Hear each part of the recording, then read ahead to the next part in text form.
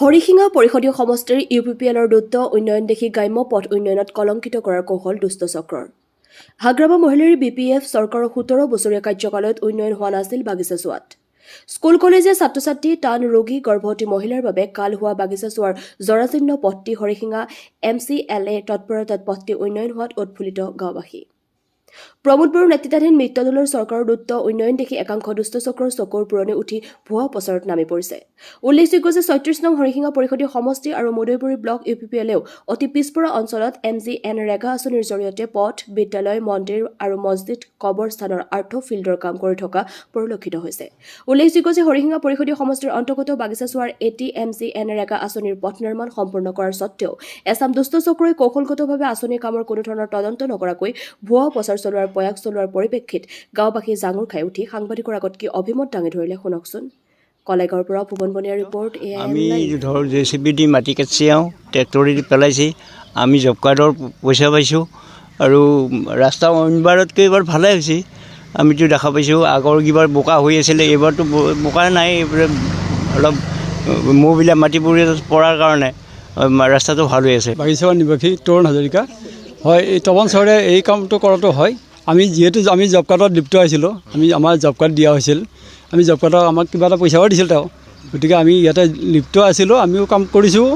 গতিকে কাম কৰাটো হয়, ইয়াতে তাৰমানে ডিমত নাই আৰু।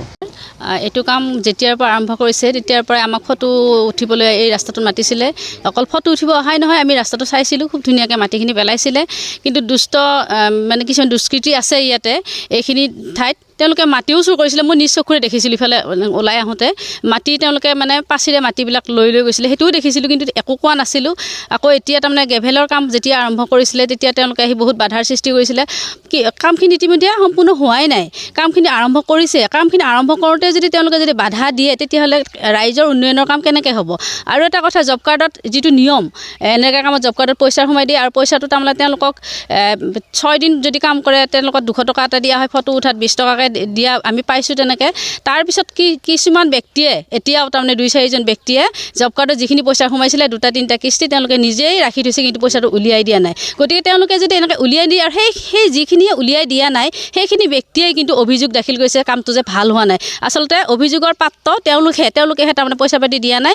ৰাইজৰ কোনো এটা কামত তেওঁলোকৰ সহযোগ নাই আৰু তেওঁলোকে সদায় তাৰমানে কিবা যিকোনো চৰকাৰী অনুষ্ঠান বা প্ৰতিষ্ঠানৰ কাম কাজত তেওঁলোকে তাৰমানে বিধি পথালি দিয়ে। তাৰমানে কেনেকৈ তাৰমানে গাঁওখন পিছুৱাই যাব পাৰি এইটোহে তেওঁলোকে চিন্তা কৰে। এইটো ৰাস্তাই আমি প্ৰায়ে অহা যোৱা কৰোঁ। আগতে মানে চাইকেল লৈ আহিলে চাইকেল ধৰি আমি টানি আনিবলগীয়া হয় বা কান্ধত আনিবলগীয়া হয়, বোকা হয়, পানী হয়। কিন্তু এইবাৰ তাৰমানে একদম ফিনফিনীয়া হৈছে, কাম বহুত ভাল হৈছে। আমি ধুনীয়াকৈ চাইকেল লৈ যাব পাৰিছোঁ বা মানুহে অহা যোৱা কৰাৰ কাৰণে বহুত ভাল হৈছে। ৰুলাৰেৰে ধুনীয়াকৈ ৰাস্তাটো সমান কৰি দিয়া হৈছে। তাৰপিছতো তেওঁলোকে এইটো যিটো নেকি ভুৱা তেওঁলোকে মানে অভিযোগ দাখিল কৰিছে, সম্পূৰ্ণ ভুৱা। আৰু কামটো বহুত ভাল হৈছে। আমি গাঁওবাসী হিচাপে তাৰমানে ছাপোৰ্ট কৰোঁ যে কামটো বহুত ভাল কাম কৰিছে। মই বাগিচা চুবাৰ নিৰ্বাসী তপন চহৰীয়া। মই যোৱা 2023-24 বৰ্ষৰ MGNৰেগাৰ এটা স্কিম আমাৰ এই সোণেশ্বৰ নাথৰ হাউচৰ পৰা অনন্তনাথৰ হাউচলৈ যোৱাবাৰ সোণেশ্বৰ নাথৰ হাউচৰ পৰা অনন্তনাথৰ হাউচলৈ সম্পূৰ্ণ মাটি পেলোৱা হৈছিলে। তাৰপিছত হোৱাৰ পিছত মই ৱেজৰ পইচা সম্পূৰ্ণ পোৱা নাছিলোঁ। গতিকে ৱেজৰ পইচা নোপোৱাকৈ মই এইবাৰ ইঞ্জিনিয়াৰ ছাৰে আমাৰ কোৱাৰ কাৰণে মই গ্ৰেভেলটো পেলাই দিলোঁ এই স্কিমটোৰ।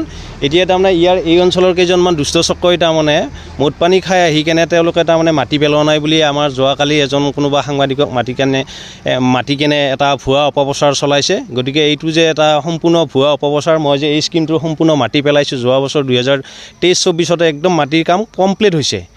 তাৰপিছত ৱেজৰ পইচা আজি তাৰিখলৈকে মই কমপ্লিট পোৱা নাই, প্ৰায় 95,000 তাৰমানে বেলেঞ্চ আছে। এতিয়ালৈকে মোৰ ডিমাণ্ডটো কমপ্লিট হোৱা নাই।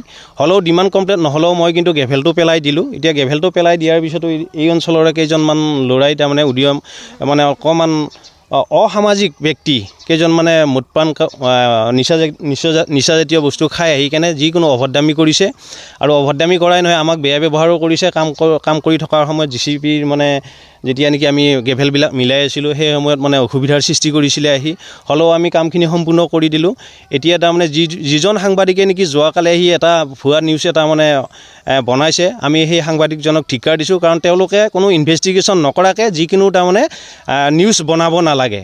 কাৰণ কমচে কম তেওঁলোকে কোনে কামটো কৰিছে সেই ব্যক্তিকেইজনৰ লগত মানে জ্ঞাত হৈ কেনে নিউজবিলাক বনালে মানে ভাল হয়, যাতে ধৰণৰ যিকোনো তাৰমানে মানে বেয়া নিউজ তাৰমানে যিটো নেকি অসত্য নিউজ তেওঁলোকে তাৰমানে প্ৰচাৰ কৰিব নালাগে।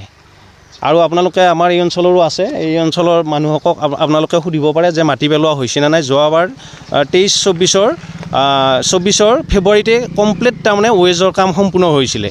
সম্পূৰ্ণ পিন পইণ্টৰ পৰা পিন পইণ্টলৈকে মাটি পেলোৱা হৈছে আৰু এক্সিছ 200 কিলোমিটাৰ অনন্তনাথৰ ঘৰৰ পৰা আৰু এক্সিছ 200 মিটাৰ তাৰমানে কাম বঢ়াই কৰা হৈছে।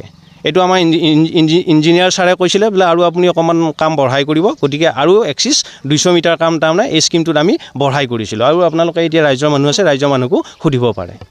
যিকোনো খবৰ আৰু বিজ্ঞাপনৰ বাবে যোগাযোগ কৰক 7896121996 লগতে 7002537271।